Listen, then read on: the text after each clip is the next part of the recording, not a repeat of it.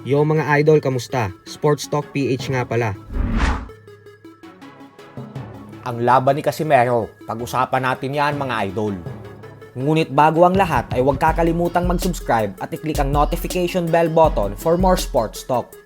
So ilang oras na nga lamang po at magaganap na ang sagupaan sa bansang Japan sa pagitan ng ating pambato na si former 3 Division World Champion Angas ng Pinas General Casimero at ng former IBF Super Bantamweight World Champion Yoshinori Uguni.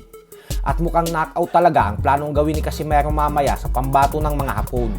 Ito po ay dahil pagkatapos ng press conference kahapon ay dumiretso na agad sila sa pagpili ng mga gloves na kanilang gagamitin.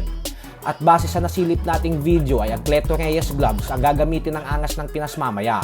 Ito po kasi ang gloves na ginagamit upang maka-knockout ka ng kalaban dahil ito ang tinatawag na puncher's gloves. Bukod dyan ay sinigurado din ni Casimero na yung may pinakamanipis na foam ng gloves ang gagamitin niya mamaya. Isang patunay lamang na knockout win ang hinahangad niya at na plano niya talagang patulugin si Uguni sa ibabaw ng lona. Ganun pa man mga idol ay inaasahan talaga ng karamihan na si Casimero ang mananaig sa laban ng dalawa mamaya. Dahil yamadong-yamado talaga ito sa mga betting sites. Habang si Uguni naman ay lumalabas bilang heavy underdog. Isang patunay lamang ito na tinitiwala ng mga fans ang kanilang mga pera kay Casimero. Gusto din talagang magpakitang gilas ni Casimero sa laban mamaya at manalo ng impresibo upang mas lalong lumaki ang posibilidad na makalaban niya ang Japanese Monster 4 Division World Champion na Oya Inoue.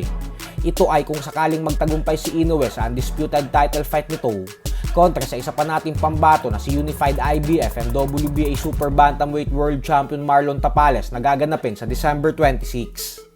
Sa kabilang banda naman mga idol ay alam nga po nating lahat na nakaschedule ng lumaban si Ryan Garcia sa December 2 kontra sa kapwa niya Mexican-American knockout artist na si Oscar Duarte na may record na 26 wins with 21 knockouts at isang talo lamang.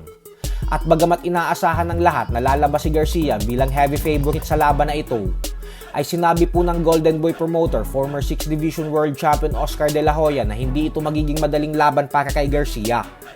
Nagbanta po kasi si De La Hoya na isang halimaw daw itong si Duarte. Kaya naman magiging mahirap na laban daw ito para kay Garcia lalo pat nanggagaling pa ito sa isang knockout loss sa kamay ni Gervonta Tank Davis.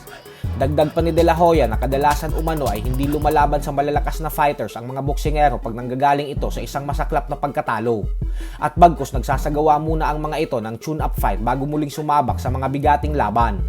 Subalit ayaw daw itong gawin ni Garcia dahil gusto daw nitong patunayan sa lahat ng fans na malakas na fighter siya at nasapat na ang kakayahan niya upang talunin ang isang bigating fighter na katulad kay Oscar Duarte.